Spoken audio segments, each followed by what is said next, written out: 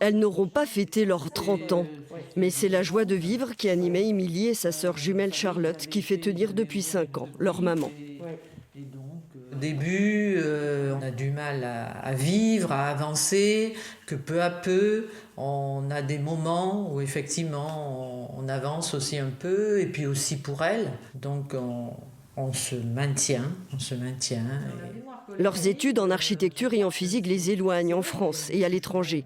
Mais depuis 1 an, Émilie et Charlotte avaient éprouvé le besoin de vivre à quelques pas l'une de l'autre à Paris. Leur QG avec leurs amis, c'était le bar Le Carillon, quartier République. Et comme elles étaient fumeuses, il fallait être sur la terrasse, évidemment. Je ne pense pas qu'elles avaient peur particulièrement d'attentats, mais on en parlait. Elles me disaient, ils sont pas si fous que ça, ils sont tellement embrigadés qu'on ne peut pas faire grand-chose.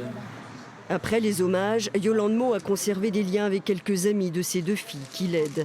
Mais c'est surtout l'accompagnement psychologique de l'association France Victimes et le groupe de parole qu'elle rejoint régulièrement qui lui permettent de dépasser ses peurs.